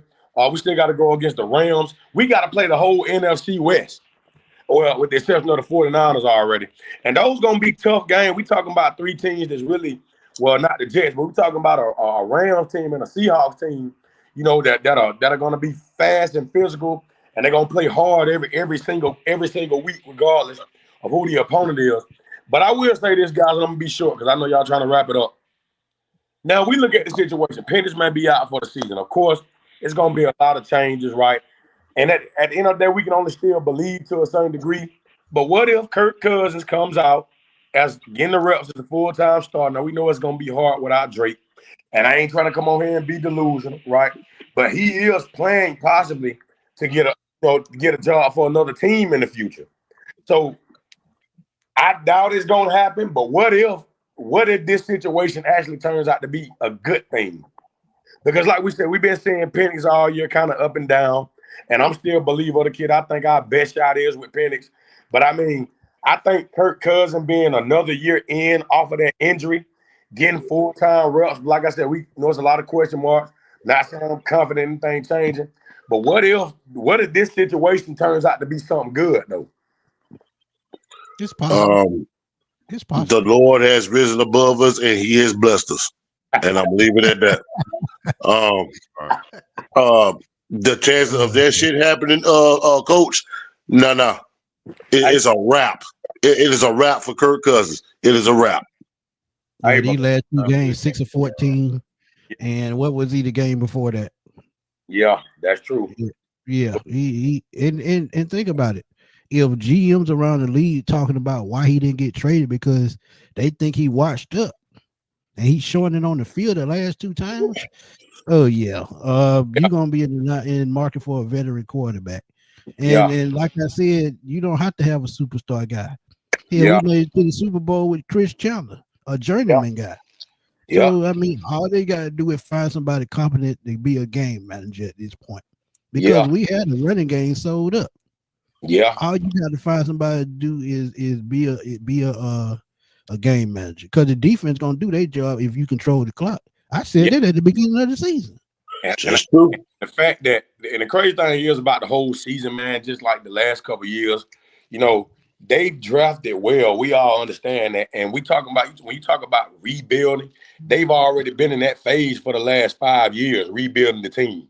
You know, you got a squad. Now, of course, guys are still young. I love what I see from the rookies on defense, all 4 of them. But the fact of the matter is we don't even have a first-round pick right now. And they probably going to be drafting where it will be set up for them to draft top 8 again, probably. So where do they go from here? What is the next, like you said, like Chris said, what is the next move? How can you get back into the first round? I'm going to just tell you, Boomer, I'm going to be honest, my guy. I'm going to still say the hell with that first round pick because I'm looking at the future. And I understand it from a standpoint as we need picks going into next year's draft. But this is where you pull a Bill Belichick. You use that second round pick to trade back and try to get 2 more picks. You use one of those, that probably that 4th round pick, probably to trade back to get another pick in the 5th and the 6th. And y'all can say that first round matters, but I tell y'all all the time for a reason. Draft picks, I don't give a damn if it's the first one or the last one. It's a 50-50 shoot. Because you don't never know what you're going to get. I mean, I don't care if you, just like we talking about Mike Penix right now. We didn't know this was going to happen. We look at Jamal Anderson way back in 2007 going on to Arkansas. He had a damn dog of a season at Arkansas. He hit on it, not a damn sack in 3 seasons. Yeah. You don't know what you get. Same thing with no sack tack. Hey, I ain't gonna even go down that rabbit hole, but you know, I digress. R. Robin 8719 says why we didn't do a game plan for Penix like how he played in Washington and Indiana. All he has to do is start spending on play action. Well, Robin 8719. They told us at the beginning of the season they building the offense from what he ran at Washington. This is why we aren't running the pistol offense. Hey, problem with that is, Robin, man, thinking them boys out there running the high school offense. I mean, they only trying to run outside zone. They making it so easy for the defense. So, I mean, like I've been saying, they just an undisciplined. They like an undisciplined high school football team. I mean, and in terms of the coaching staff. Agreed. Drew Down, thank you for another donation, another Christmas gift, my brother. Truly appreciate it. He said our coach told us stats are for losers, then read off the stats. We have to find a way to win. Never found a way to win. Yesterday, there's no such thing as a losing team, but a losing leader. Yeah, and if you call yourself a losing leader, it took you 11 weeks to say that. That lets me know your ego got in the way the whole season. That's why you can't put your head on straight to coach this team, right? Because you got your head up your ass. Smitty, you know this. I'll tell you this all the time. Chris, you've heard me say it too. And it's facts. Bill Parcells, his famous quote, "You are what your record says you are." Yep, there's no argument in that. Right? I think Chris said it last night on the show. Raheem is 23-52 as a head coach. 32 and 55. 32 and 55 now. I rest my case. You Go had a ahead, chance to get a 6-time Super Bowl head coach, and you let him go to the Tar Heels. But look, think about it. They had coaches that, and Mike Vrabel, he was doing fine in Tennessee until they started changing up the front office, and they started trading away players. Then they went down here expecting him to fix it. Then you had Mike McDonald coming from an organization that learned under Isaac Newsom, one of the best GMs to ever live, that's built championship caliber teams in Baltimore. Because like I said, they're gonna pick and pull and they're gonna rebuild and they'll be right back to it next year. Mm-hmm. If they got rid of Lamar Jackson today and brought in a competent quarterback, they're not gonna miss a beat. Yep. I'm gonna keep it real with y'all. Then you look at who else. It was one more coach. And me and Sean was talking about it earlier. Vrabel, Mike McDonald. What was the other one, Sean?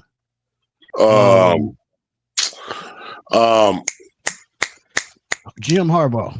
Yeah. Jim Harbaugh. Another coach made it to a Super Bowl. But think about this as far as the quarterback position when you talk about Harbaugh. He had Alex Smith. Brought Alex Smith in. Well, no, he was there. I take that back. He was there. Yeah, he was there. They drafted Alex Smith. But when Harbaugh got there, he took Alex Smith to another level until Colin Kaepernick came along. Yep. Quarterback whisperer, So these are the type coaches that you need to develop not only your quarterback, but your players as a whole. And he wasn't scared to put veteran coaches around him. None of these guys were. And matter of fact, Bill Belichick, his tree is about as long as 285. I ain't gonna lie to you. I just seen somebody's who is it? Robert. I ain't gonna lie to you. There's no trade value for Troy Anderson. There was no trade value for Troy Anderson last year. No, he ain't even no value for the practice squad for nobody. No, we can't get nothing for him. Nah, I mean, I'm not saying Troy about done, man. It's just the realistic circumstances. I mean, Troy got one foot in retirement and the other on the banana peel. We'll be lucky to get a 4th-round pick for Kyle Pitts. Exactly. But we ain't got to worry about Kyle after I'm this about to say, shoot, I'm out. Okay, I'm glad you mentioned Kyle Pitts again. Like I said, the last 2 games, I feel like he's reverted back to the old Kyle Pitts. That does have something to do with some of the coaching and the scheming by Zach Robinson. But at the end of the day, we've talked about this before. You got to go out there and still be a professional and give it your all, because it's all about character too. So So I mean, that's what I'm saying. That's another double-edged sword. But again, if you had the opportunity, which guy are you keeping? Kyle Pitts or Tyler Algier? For me, Algier all day long, because this is a 2-back league, and you can't make it without 2 running backs. We know what we got in Tyler Algier, but at the same time, as I told y'all, his uncle he agreed with me. I would rather for Tyler Algier to leave because I know what his value is. He can go to 3 or 4 teams right now and be a number 1 guy. Mm-hmm. Exactly. That's exactly why we going with it. For Tyler Algier.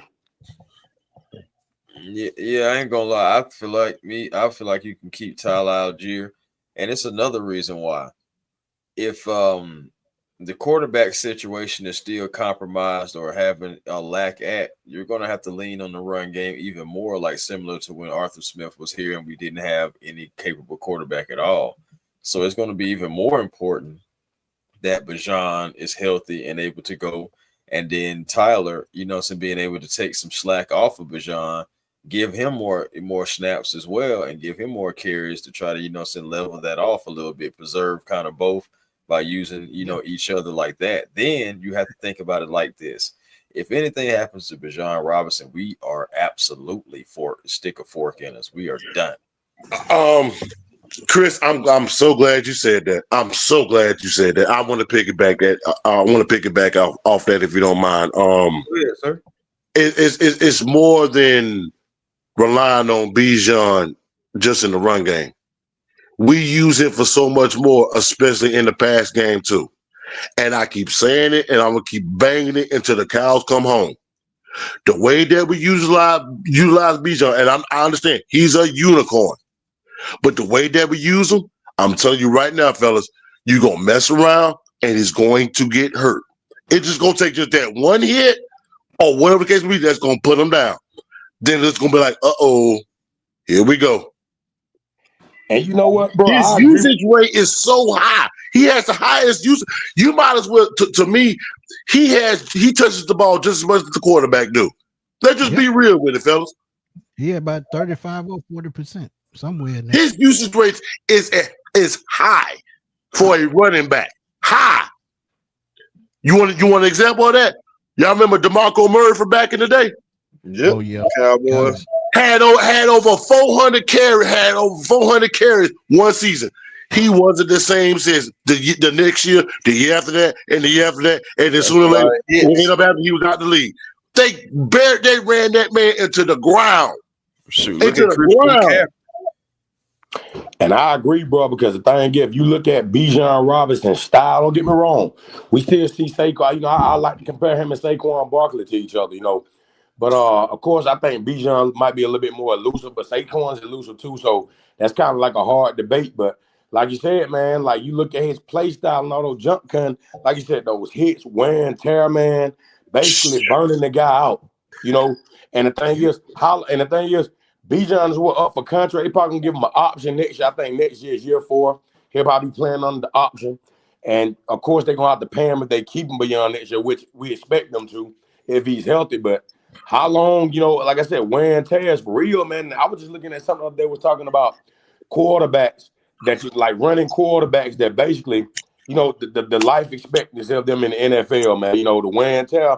And it's sad to say, young guy up in New York, man, his time gonna be over before it gets started. Jackson Dart. So to bring it home, DA, everybody knows this. I know this because me and Smitty had a conversation about this earlier.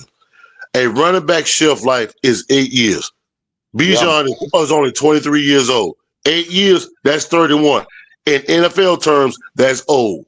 Yeah. If you keep it real, it's old. Yeah. Bijan is taking hits, and more hits. And Mr. Sooner or later, that shit's gonna catch up, man. And that's why I said at the very beginning, why are we relying offensively on a schematic level? Why are we relying on Bijan? That's always been ass backwards to me, man. Yeah. Ass backwards. Mr. When you got mess around, this boy gonna get hurt, man. When you got a 250-pound running back at your dispense, when you can swap those guys out drive for drive, you know. So Smith 29, he put up the perfect name to what Sean bingo. said. Who said that? Who said that to you, Smitty? He said that about 6 months ago. Same way Carolina did to Christian McCaffrey. They ran his ass to the ground, and he had to stay healthy since. Yep. Come on, man. It's the truth. Hey, another guy too from the Panther, Mike Tolbert. They ran Mike Tolbert in the ground. Yep, and he was a fullback. Yep. Right. Yeah, I remember old Mike Tolbert. I used to hate playing against that dude, dog. Number 35 for Carolina. Yeah. Yeah, it's like come on, man. Come on, bro. Hey, look, here goes something that might make y'all think. And he said, "Oh man, I say this," but he said you probably get 2 first-round picks for Bijan to pay Tyler this. What the meme is from the what it is the barbershop?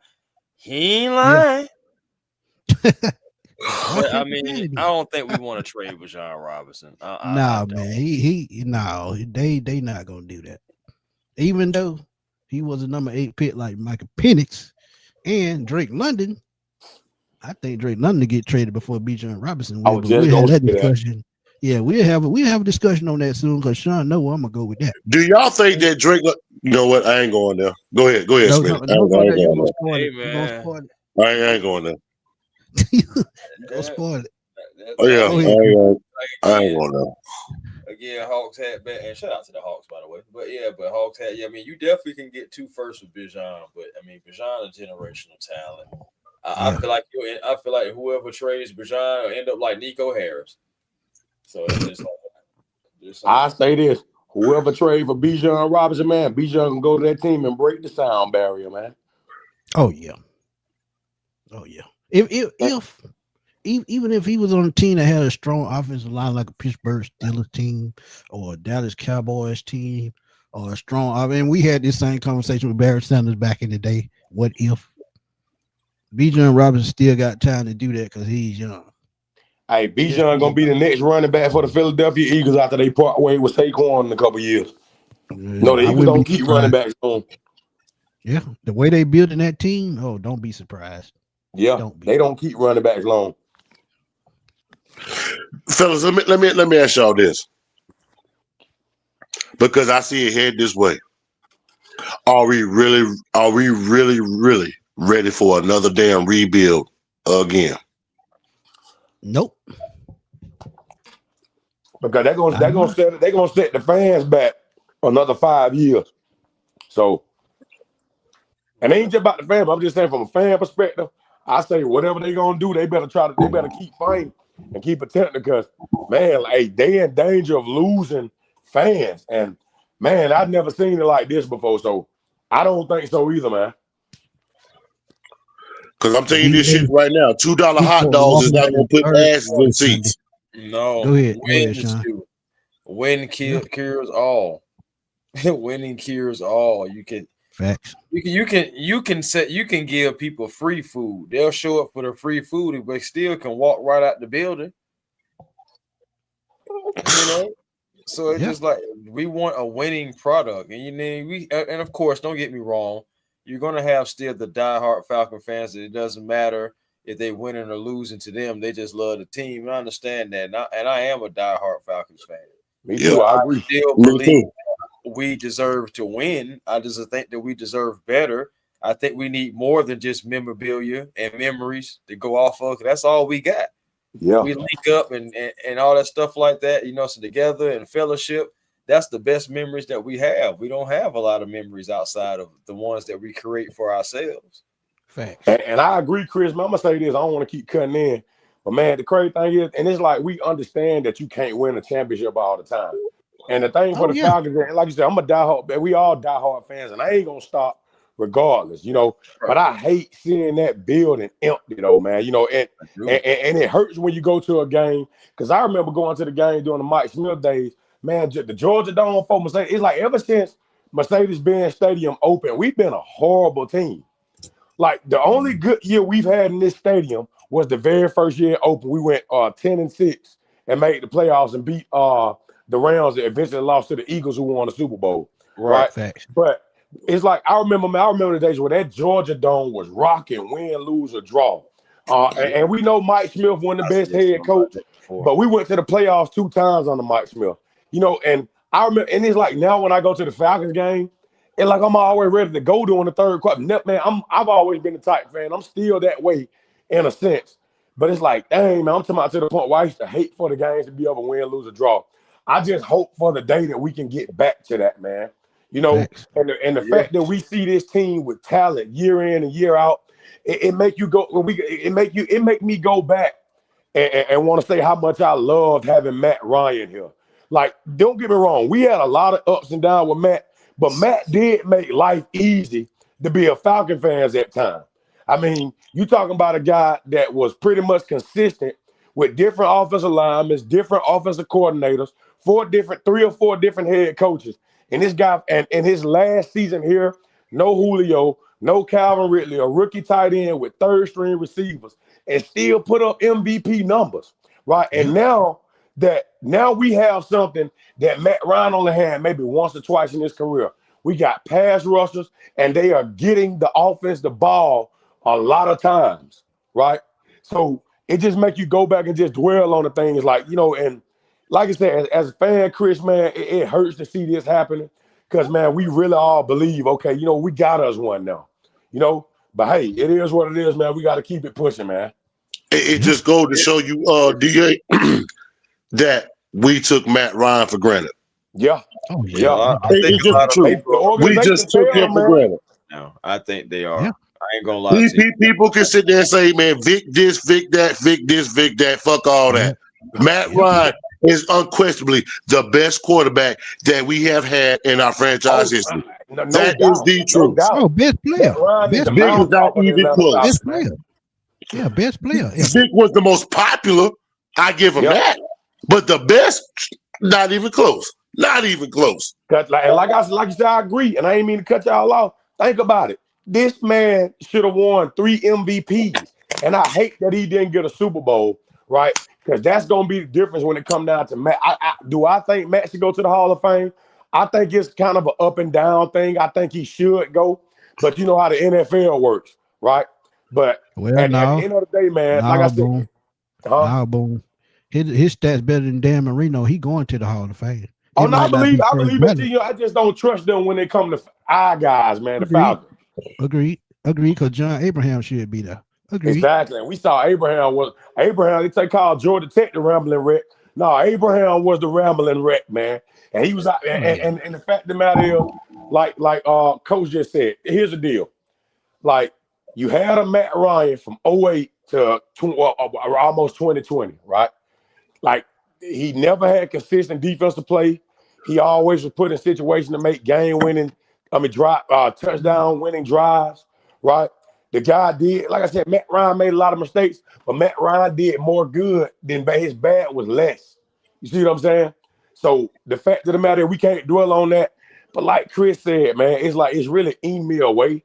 Cause this is the first season where I'm gonna be honest, I'm a diehard fan. I'm gonna watch them guys, I'm gonna come on the content, whatever.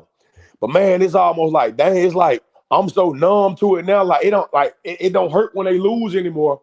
Simply because, and as a real fan, it's because I expect them to now. And it's sad to say that, but it's almost like I'm starting to expect it because watching every game for the last 5 weeks, I'm like, they're going to find a way to lose. It's going to be a drop ball. Kyle Pitts yesterday dropped that big key ball on third down in overtime. Like I said, either a drop, clock management, right? We had a chance to win that game in regulation yesterday. For whatever reason, Raheem Morris coached for overtime. Had 47 seconds left, picked up a big first down. Instead of calling the timeout, they run 15 seconds off the clock. Clock management. We just keep talking about it. So, same thing. So, for the guy that said, why we don't hold players accountable, guess what? The players in the NFL are paid to play. The coaches are paid to coach. The coach makes the decisions on who calls the timeout. We ain't got no Aaron Rodgers. We ain't got no prime Peyton Manning. We ain't got no prime Brady that make the decision for the OC. Right? We got a rookie quarterback, right? With a quarterback that's already been put in the washing machine, except the water ain't drained yet, so he's still in there. Right? and that's what we at with it, man. That thing on the rinse cycle. Yeah, he won all. You know how the washing machine break down, the water get caught at the bottom, and it starts shaking and spinning crazy. That's what we got right now. Right. And to go back to DA's point about just the stadium, man, like I had said that before. I know what was John Freaky had put something out. He was just like, it's something about, saying Mercedes-Benz compared to the Dome. And I was just like, Mercedes-Benz ain't got that. It don't. So they got like all the entertainment, the lore, all the stuff like that. But as far as like the memories and just that real pop, like the Dome had, they could have just upgraded Georgia Dome. They didn't have to build a new stadium. Man, what? And that's what I said, Smitty, man. Thing is, I'll never forget that last game that me and my wife found the way to get into that NFC championship game. I was there, boom. I was man. You talking about the play that was electric, boy. Yeah. That NFC championship game, that 2017 NFC championship game. Man, the roof was shaking, man. The news camera caught it. Boom. That building was rocking, man. Boom was there I was there. When they brought out them all-time players and Mike Vick and Roddy White came out last, that damn building almost crumbled. Man. It was rumbling so damn hard. Man. And when your boy what was that boy named the cornerback had the locks? When he forced that fumble on John Coon, man, and Matt Ryan ran in for that touchdown. You talking about Collins. Collins, man. And when Matt Ryan ran in for that short touchdown, man, I had never in my life experienced nothing like that. Now, I've been to a Green Bay game. I was like a while ago, probably about years ago. I'll say within the last 10 years when the Falcons played Green Bay on Monday Night Football, my ex-coworker, who was one of my college teammates, he's from Green Bay. So white guy, kicked it with him, stuff like that. So he invited me and my brother up to Lambeau.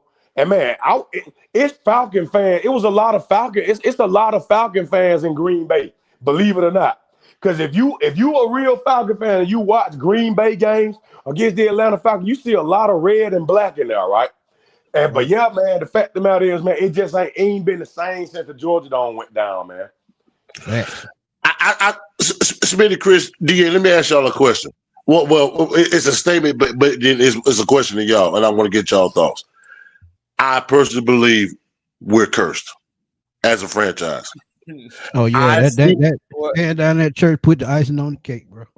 I think we're cursed. Man. I still believe, even after all these years that it went by, I still believe we have not recovered from that epic Super Bowl collapse. Yeah. Oh, of course. I've always felt this way. To that, y'all say what? But wait, though, I don't think we're cursed. The reason why I say that is because, bro, before the churches, we have been losing. We lost the Super Bowl before the churches. The 2012 NFC Championship game happened before the churches. I can go on and on. Like so many things have happened before those churches were taken down. And my thing is, like, since the churches were taken down, we still did make it back to the Super Bowl. I mean, it's just like we can't be cursed. I just think we're incompetent right now overall until we change things and show that we have changed. We are a bad franchise. We're about to have 8 losing seasons.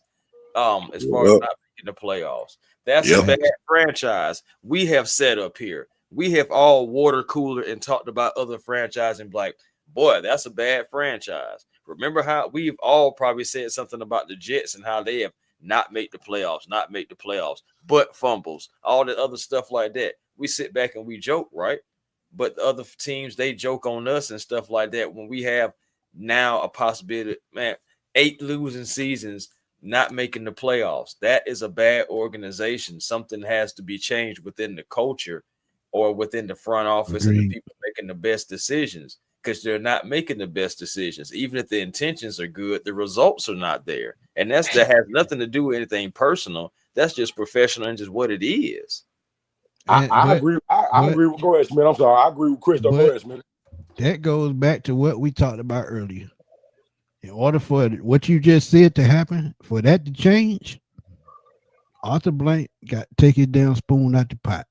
And Rich McKay do too. If you hire somebody to do a damn job, let them do it. And if they don't do it, you get rid of their ass. It's just that simple. It's just that simple. You got to trust in who you hire. Go ahead, Boom. And that go back to what y'all guys was saying earlier, man, because if you look at the Patriots, when they lost Tom Brady, I mean, everything went down, man. The organization went down. Fans started checking out. Robert Kraft, the owner, started panicking. But, man, like I said, they done drafted the Drake May. The Patriots went into a rebuild, went out and got – what word am I looking for? They went out and got, I'm just say, suitable players for their scheme. And now they're on their way back, man. And when Chris was talking about us, I don't think we cursed either. You know why? You know why, Boom? Because they had structure already in place. That's why. But go ahead. And what Chris was saying about those bad teams now, with the exception of the last 3 seasons, when you go back and look at we know the Jets have been bad for a long time, ever since Mark Sanchez slid in the home base in that playoff game, whatever game that was, slid in the home base. But that's a different story, though. They got called out by cheeks. You know what I'm saying? But I digress. But if you look, but here's the deal. This is different between the Atlanta Falcons being bad and other teams being bad. Right. Any team in the NFL that gets beat 34-10 have a different response the next week, right? It's like the body language is different. The energy is different. Now, don't get me wrong. The defense, we finally got it. We finally figured out. We finally put together Dan Quinn's plan, fast and physical on defense, right? There's still a lot of hiccups, still missing tackles, still losing the perimeter, still, taking bad angles on tackle. But overall, we got a fast and physical defense. But the problem is, offense has been our blueprint for the last 20 years and even beyond, last 30 years. right? The Falcons have always scored points. But the problem is, other teams, even if you put the Jets in there, if they lose by 30 points, even if they come out and lose next week, they're going to make it a competitive game. And before the last couple of years, anybody in the NFL would tell you when they play the Jets, it was hard to move the ball on those guys. It was hard.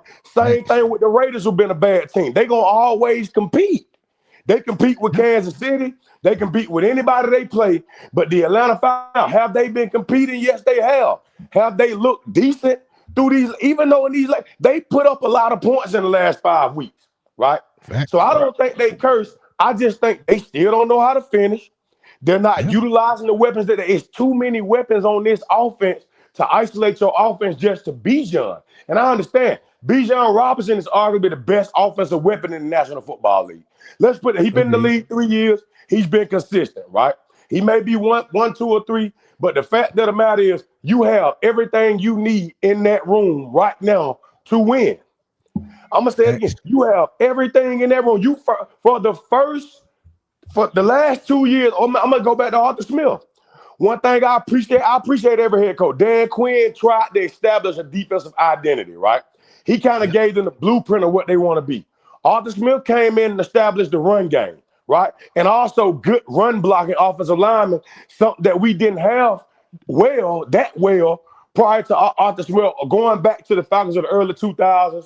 When they had Michael Turner and a few other guys, they were good run blockers. But from 2011, I'm going to say 2013 through till Arthur Smith came, the run blocker was horrible. So Arthur Smith provided us with a run game, right? We found a run identity. And this team is still built for that. And it's still built for that, right? So when I look back, and don't get me wrong, Arthur Smith wasn't the guy, right? But then again, I sit back and I question, right? Now, here's the deal. We still blew a lot of games under Arthur Smith, but I will say this, though. The team, the game management wasn't an issue. It was blowing leads at the end of the game. And to be honest, I would say I'd rather live with that than letting the little things cause me and my team to fall. They're not, and I'm going to be real with you. Yes, they playing just like every other NFL team. You're going to give up big plays. You're going to miss tackles, right? You're going to miss key blocking assignments. You're going to get a couple penalties. They're scoring points. The fact of the matter is, it's the clutch genes for some of these guys, right? It's like we got a tight end that's probably better athletically, right, than every other tight end in the NFL. You got a few out there that are better than Kyle Pitts, but athletically, he looks the part. We can't rely on him.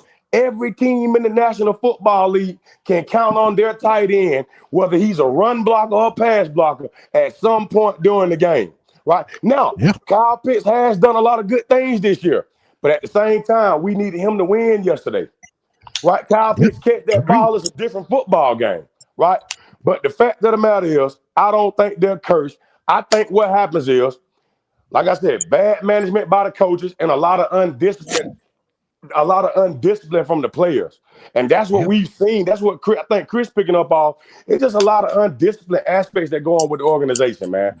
And the biggest problem to me is Arthur Blank at this point. Like, we know he can't be replaced. He's the biggest problem, because guess what? He the one that signed the paychecks. Yep, exactly. He signed the paychecks, so we can talk about Richmond. Yeah. Let me tell you. You're right.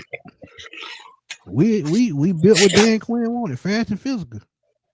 But our goddamn front office is slow and retarded. So it ain't gonna change.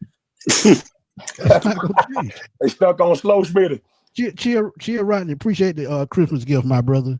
He said, much love, man. Yeah, I was there too for that last game in the Dome versus the Saints. And man, that Dome was rocking. I think Keanu Neal hit 2 people for 2 concussions. He absolutely did, because that wide receiver, he knocked his block off. Yeah, and he won never right the rest of his career. He suffered concussions. We used that same block to build the Mercedes Benz. Yeah, exactly. Exactly. It's exactly. We just in the state, fellas. Where do we go from here? Nobody knows. Hey, well, I tell you, we got to go ahead. This last time I'm gonna cut y'all off. Last time, I'm starting to think Now, eventually Arthur Blank got a mother and father, right? Agreed. Now the question is, was he conceived in a hotel room or was he conceived in a bedroom? Because what we got to figure out is, I think the best parts of Arthur Blank's brain was left on the floor. So we got to go back to that hotel room. We got to go find that semen, get it off the ground, put it in a blender, and have him drink the rest of it, man. Because the best part on was left on the floor. The thinking Jane, he missing a chromosome, man. I get what you're saying, DA. It's all laughing jokes and this, that, and the other. But I had this conversation with Smitty a few hours ago. Arthur Blank is the owner of this team. It's not like he's finna put a camera in his face and say, "Okay, it's my fault." We know that's not how it works. He's not gonna fire himself. He's not gonna sell the team. He's not gonna do none of that. It's gonna be everybody else's fault but his. That's just the truth. Definitely. Agreed. So, like I said before, where do we go from here? Nobody knows. All I know is it's a sad situation that we in this state right now, and honestly, I don't see no solutions. I don't see it. Yeah, it really feels like which way do we go, George? And I hate feeling like which way do we go, George? I said they can go this way. The next time, that's not a good feeling. That's not good at all, man. I tell you this: the next time they get a multiple Super Bowl winning head coach, and he want to have full control of football operations, listen, that ain't going to affect your pay. It's going to both build a winning program and get you more ticket sales. Because it's apparent for the Falcons, as long as they selling enough tickets to meet that quota, that weekly revenue, Arthur Blank going to be just fine. He's a money man. So that's what it's about. Did we not have that conversation earlier? Yep. But DA, that goes back to what I said. They don't want to be uncomfortable. And this ain't shit gonna change. But go ahead, Sean. Do I believe that genuinely Arthur Blank wants to bring a championship to the city of Atlanta? I truly believe that. But if shit ain't working, I don't think he's losing no sleep either. Because for one simple reason only, it's not affecting his bottom line. And I'm gonna leave it at that. Motherfucker just started another soccer team. Think about that. And we all know that Arthur Blank don't know shit about no damn soccer. What if my thing is, what if they were to win a championship like Atlanta United did? Man, that'd be wild. And the thing is, too, the reason why Arthur probably ain't tripping about money, because think about it. It's going to be at least 6 or 7 major college football games. Now, you're going to have the ACC, SEC kickoff in the beginning of the year. You're going to have the Celebration Bowl in there every year. You're going to have the SEC Championship. It's going to be at least one college football playoff game in there, and possibly a national championship and the Super Bowl coming back in a couple years. So, 28. So whatever he's missing from the Atlanta Falcons ticket sale, he's going to make that back with the college football playoff game, the Celebration Bowl, and the SEC Championship. So he's probably back bringing in more revenue with that than he is like with all of it together. So he good regardless. Yep. Facts. But it's been another good show, man. I knew it would be because, man, we heard that news today, and the crazy thing about it, like I told you at the beginning of the show, right before that Michael Penix news broke, literally 20 minutes after I put up a video, the news dropped. And everything that I said in the video, they said from the time they broke the news all the way up to about 3 or 4 o'clock. I had already said it in the video. So I knew what was going to happen if that was true. Because it means it makes no sense. Go on and get the rest of the 2 cents that you're getting out of Kirk Cousins with that $27 million for this year. And like Chris said, next year's $10 million. They can afford that. So hell, he might be here next year too as a backup or as a starter. Who knows? Wow. But look, another great show, man. Thank y'all for tuning in. Sean, I want to thank you for coming through. Thank you, man. Thank you for jumping in, man. Because I always know you keep it real. But before we get out of here, man, Sean, tell us, where to find you, DA and D and Chris. Well, y'all can find me for all my gamers out there, man. Just like y'all see on your screen right here, said let's get it, GA. I do a lot of NBA 2K content, a lot of Madden content, and as well as college football content too. So Any of y'all that want to support me, man, just find me on YouTube. Let's get it, GA. I'm right at the door of 1,300 subscribers, man. But at this point, I'm gonna keep it a beam, man. I don't give a fuck about that shit, man. The Falcons just got me stressed out, man. You know what I'm saying? So, yeah, I'm done. I'm done. Mm-hmm. Boom, go ahead. And I'm gonna say y'all can find me on YouTube at DA-ATL Sports. Haven't been doing a lot of content, been real busy, but the next couple months I'm about to be going in. And for y'all guys out there that be stealing my boy content, y'all be watching for you, Smitty and Chris. A lot of folks like the copycat out there. Look, man, y'all boy go get your own stuff now. It's okay to quote. Like, if you gonna say what somebody else say, man, hey, listen, make sure you acknowledge it, man, at the end of the day. But like I said, I'm gonna be making some more content. A lot going on lately, man. With that being said, like I said, DATL Sports on YouTube. Yes, sir. Yes, sir. A1 Forever Sports, y'all, the best platform on YouTube. Please come over, like, comment, subscribe, be a part of the A1 family. Thank you, everybody who always comes in and support, man. It was a wonderful live tonight. Some great topics, man, because honestly, this is a serious matter. Like, I know we make jokes and we try to make light of things, so not only for ourselves, but for you too. But this is, in all seriousness, a serious matter. We have to be watching for the reports to see exactly what's going to happen with Michael Penix. And we have to see what's going to happen with the Atlanta Falcons as an entire organization, coaching staff, front office, all the way down to the players.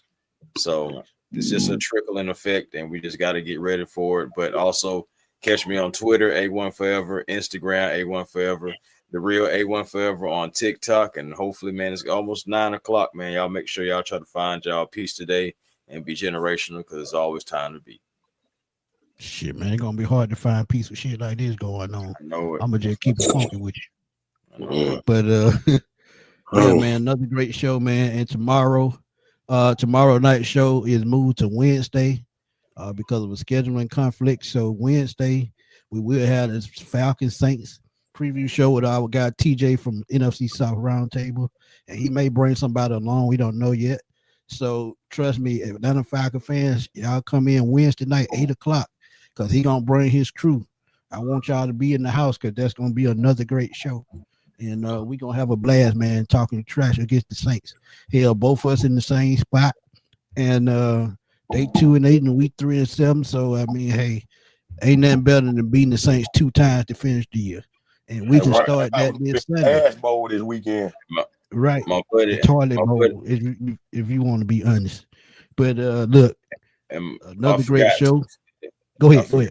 Now I say I forgot to, like, my buddy Jordan. He should be pulling up too. He's a Saints fan as well. You guys are like, if y'all watch T Will show, him and T Will has a movie show that they have as well. And, right.